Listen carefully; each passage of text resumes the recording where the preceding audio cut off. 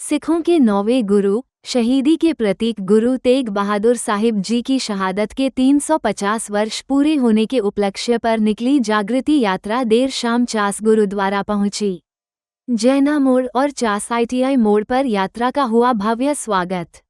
फूलों की वर्षा, जयकारों की गूंज और श्रद्धालुओं की भीड़ ने इस पल को अविस्मरणीय बना दिया। पटना साहिब से आए गुरुद्वारा प्रबंधक कमेटी के सचिव इंद्रजीत सिंह और उनकी टीम ने इस यात्रा की अगुवाई की। संगत ने गुरु तेग बहादुर साहिब की जीवन गाथा सुनाई, जिसने हर किसी के दिल को भावविभोर कर दिया। चास गुरुद्वारा में प्रवेश करते ही वजीर गुरप्रीत सिंह ने नगर की सुख समृद्धि के लिए अरदास की। नगर कीर्तन के दौरान न सिर्फ सिख समाज बल्कि अन्य धर्मों के श्रद्धालु भी बड़ी संख्या में शामिल हुए। हजारों श्रद्धालुओं ने माथा टेका, गुरु घर की कृपा पाई और पवित्र लंगर का प्रसाद ग्रहण किया। चास बोकारो की संगत ने इस ऐतिहासिक यात्रा को यादगार बनाने में कोई कसर नहीं छोड़ी। ये दृश्य साफ बताते हैं कि गुरु तेग बहादुर साहिब की शहादत सिर्फ सिख समाज ही नहीं, बल्कि पूरे भारत की साझा आस्था और बलिदान की पहचान है। यही संदेश आप लोगों को बताने के लिए कि हमारे गुरु तेग बहादुर पातशाह महाराज ने हिंदू धर्म बचाने के लिए अपनी कुर्बानी दी।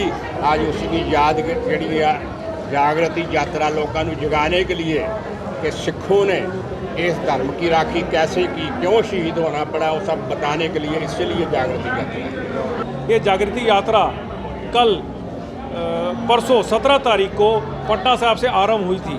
पटना साहिब से आरंभ हो करके ये यात्रा रात का पड़ाव रात को रामगढ़ था।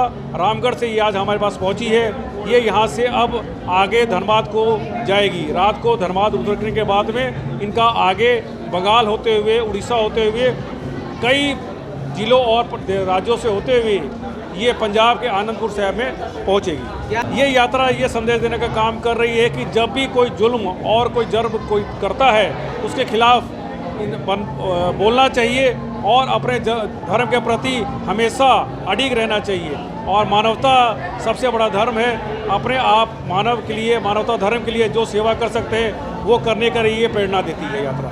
देखिए, ये संदेश यही है और जो पहुंचाने का प्रयत्न किया जा रहा है व्यावहारिक रूप में, वो संदेश यही है कि ये भय मुक्त, मैंने जैसे अभी कहा, ठीक है, कि जो हमारे समाज में एक विडंबना ये है, हम बहुत जात पातों में बटे हुए हैं, हम ऊंच नीच में बटे हुए हैं, हम अमीर गरीब की खाई के बीच में बटे हुए हैं। तो गुरु साहब का संदेश ये था कि आप जो हैं अगर संतुलित होके, एकजुट होके, एकताबद्ध होके अगर एक नए समाज की, संतुलित समाज की, भय मुक्त समाज की सृजना करेंगे तो हम सब सुखी रहेंगे।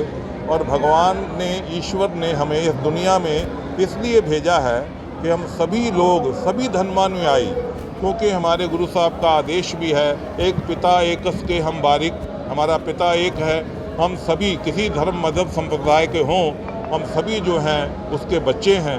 तो जब हम उस एक ही भगवान के, अल्लाह के, अकाल पुरख के बच्चे हैं, उसी के नूर से सब जब हम पैदा हुए तो आपस में झगड़ा, तफरका, एक दूसरे के प्रति भेद भावना, नफ़रत, ये चीज़ें जो हैं वो दूर होनी चाहिए। और गुरु के संदेश के द्वारा, जागृति यात्रा द्वारा यही संदेश पूरे समाज में फैलाने का प्रयास है।